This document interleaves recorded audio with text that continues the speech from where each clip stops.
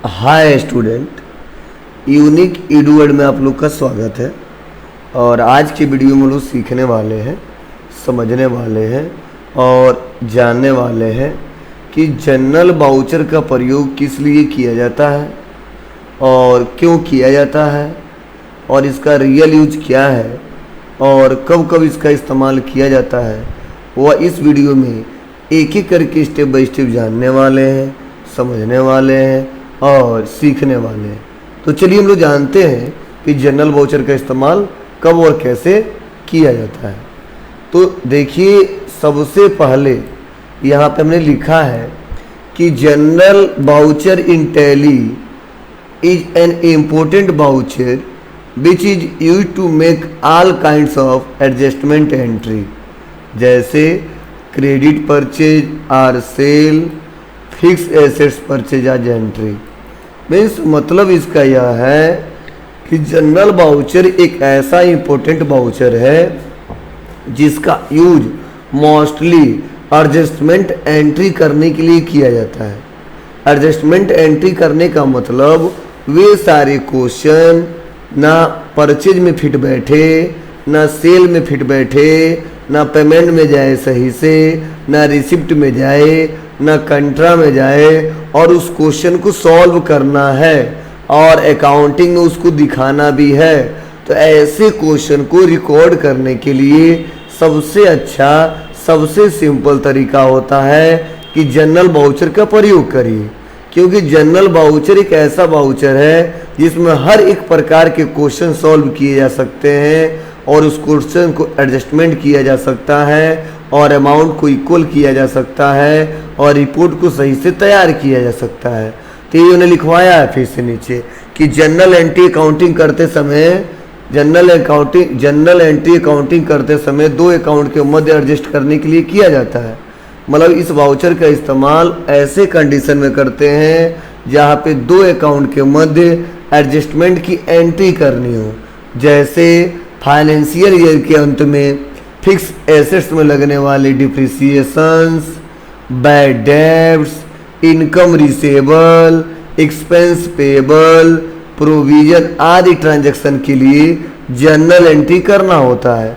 मतलब इसका जब हमारा फाइनेंशियल के लास्ट होता है तो जो हम एसेट्स बेचते हैं उस पे जो डिप्रिसिएशन लगता है उसको एडजस्ट करना, जो हमारे कस्टमर पैसा लेके भाग गए बैड डेब्ट्स में चढ़ाना, इनकम रिसेबल, जो इस साल हमने इनकम या पैसा रिसीव नहीं हुआ अगले साल रिसीव करना, एक्सपेंस पेबल, जो इस साल का एक्सपेंस हमने पे नहीं किया अगले साल पेमेंट करना। यह सब एडजस्टमेंट जो की जाती है वह जनरल वाउचर के द्वारा ही की जाती है। फिर से हमने देखो नीचे बताया है जिसके माध्यम से अपने बिजनेस में होने वाले अनवांटेड लॉस और एक से अधिक अकाउंट के बीच अमाउंट को एडजस्ट करने के लिए किया जाता है। ठीक है, तो चलिए इस पे हम एक क्वेश्चन करते हैं जिससे अच्छे से आपको समझ में आ सके और अच्छे से इसको कर सके।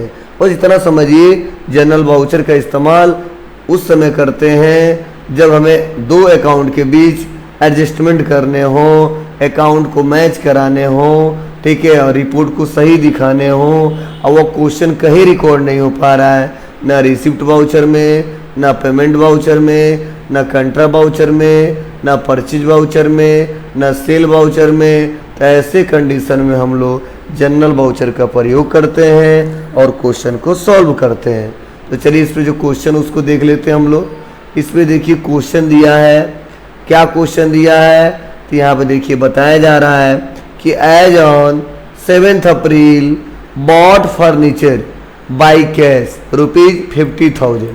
ध्यान दीजिए क्या हो रहा है, तो यहाँ पे क्वेश्चन का सीधा सा मतलब है 7 अप्रैल को बॉट फर्नीचर मतलब फर्नीचर खरीदा जा रहा है बाई कैश, ठीक है, नगद, कितना रुपया दे के 50,000। तो आप लोग जनरल एंट्री बहुत ज़्यादा किए होंगे और मैं बार बार जब जनरल एंट्री कर रहा था तो पढ़ा रहा था कि जब परचेज फर्नीचर आ जाए तो वहाँ पे फर्नीचर का ही अकाउंट बनेगा, बॉट फर्नीचर आ जाए तो वहाँ पे फर्नीचर का ही अकाउंट बनेगा, लेकिन वहीं पे बॉट गुड्स आ जाए या परचेज गुड्स आ जाए तो वहाँ पे उस गुड्स का अकाउंट ना बन के वहाँ पे परचेज का अकाउंट बनेगा। तो यहाँ पे बताइए क्या खरीद रहे हैं, तो फर्नीचर खरीद रहे हैं, तो यहाँ पे फर्नीचर का ही अकाउंट बनेगा। किसका अकाउंट बनेगा, फर्नीचर का ही अकाउंट बनेगा। और यहाँ पे देखिए फर्नीचर हमारे व्यापार में आ रहा है, क्या फर्नीचर हमारे व्यापार में आ रहा है, और इसीलिए हम इसको कर देंगे डेबिट, और व्यापार से कैश जा रहा है इसीलिए हम लोग कर देंगे यहाँ पे क्रेडिट। फर्नीचर हमारे व्यापार में आ रहा है इसीलिए इसको कर देंगे डेबिट, और कैश हमारे व्यापार से जा रहा है इसीलिए कर देंगे इसको क्रेडिट। तो चलिए बहुत ही सिंपल सा तरीका है। अब क्यों क्रेडिट क्यों डेबिट, तो आपको पता ही है कि फर्नीचर भी हमारा रियल अकाउंट है और कैश भी हमारा रियल अकाउंट है, और रियल का रूल है कि जो धन वस्तु व्यापार में आए उसको डेबिट करो और जो धन वस्तु व्यापार से जाए उसको क्रेडिट करो। तो जब हम फर्नीचर खरीद रहे हैं, फर्नीचर व्यापार में आ रहा है इसीलिए इसको मैंने डेबिट कर दिया, और कैश हमारे व्यापार से जा रहा है इसीलिए हमने इसको क्रेडिट कर दिया। चलिए इस क्वेश्चन को सॉल्व करते हैं। इसके लिए क्या स्टेप है, एक एक करके हम लोग सॉल्व करते हैं स्टेप बाय स्टेप।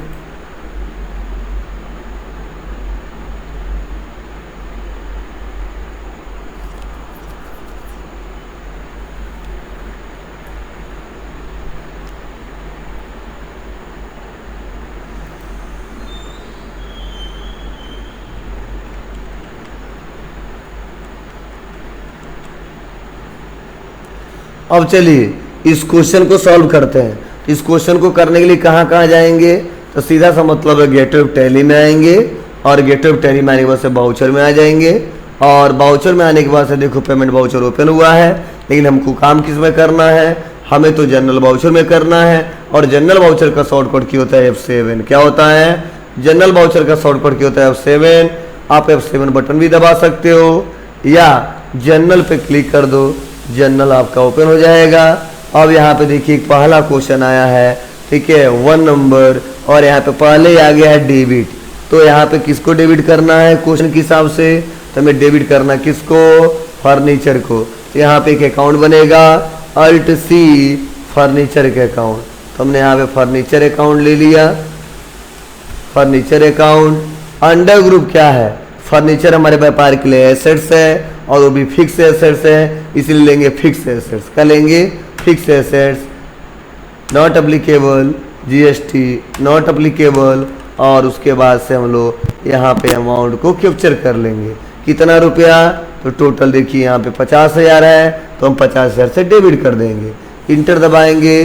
क्रेडिट किसको करना है, तो देखिए कैश हम दे रहे हैं, कैश हमारे व्यापार से जा रहा है, तो यहाँ पे कैश ले लेंगे, इंटर दबाएंगे और इसको एक्सेप्ट कर लेंगे। इस प्रकार हम आसानी तरीके से इसका यूज कर सकते हैं। तो ये पहला क्वेश्चन मैंने सॉल्व कर दिया।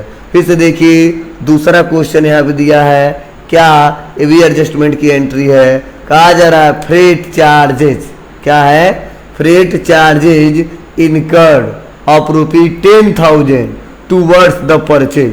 मतलब परचेज करते समय 8/4 को परचेज करते समय जो हमने भाड़ा दे दिया है वह दे दिया कितना, तो वो हमने दे दिया है यहाँ पे फ्रेट चार्जेज, वह दिया है 10,000। अब आप बताइए इस क्वेश्चन को कहाँ पे करें, परचेज में भी एडजस्टमेंट नहीं होगा सही से, ठीक है, सेल में भी सही से एडजस्टमेंट नहीं होगा, पेमेंट भी एडजस्टमेंट नहीं होगा, रिसिप्ट में भी सही से एडजस्टमेंट नहीं होगा, कंट्रा में भी सही से एडजस्टमेंट नहीं होगा। तो इसको एडजस्टमेंट करने के लिए कहाँ जाएंगे, तो इसको एडजस्टमेंट करने के लिए हम लोग जाएंगे जनरल बाउचर में। कहाँ पे जाएंगे, इसको एडजस्टमेंट करने के लिए हम जाएंगे कहाँ पे, जनरल बाउचर में। तो आ जाते हैं और इस क्वेश्चन को सॉल्व करते हैं। बहुत ही सिंपल सा स्टेप है। तो आप बताइए फ्रेट चार्जेज क्या है, फ्रेट चार्जेज ये हमारे व्यापार के लिए एक्सपेंस है और एक नॉमिनल अकाउंट है, और इसीलिए फ्रेट चार्जेज को हम क्या कर देंगे, डेबिट कर देंगे। कितने रुपए से, तो 10,000 से। कितने रुपए से, तो 10,000 से। जस्ट उसके बाद से क्या कर रहे हैं, किस पे फ्रेट चार्ज दे रहे हैं, परचेज पे।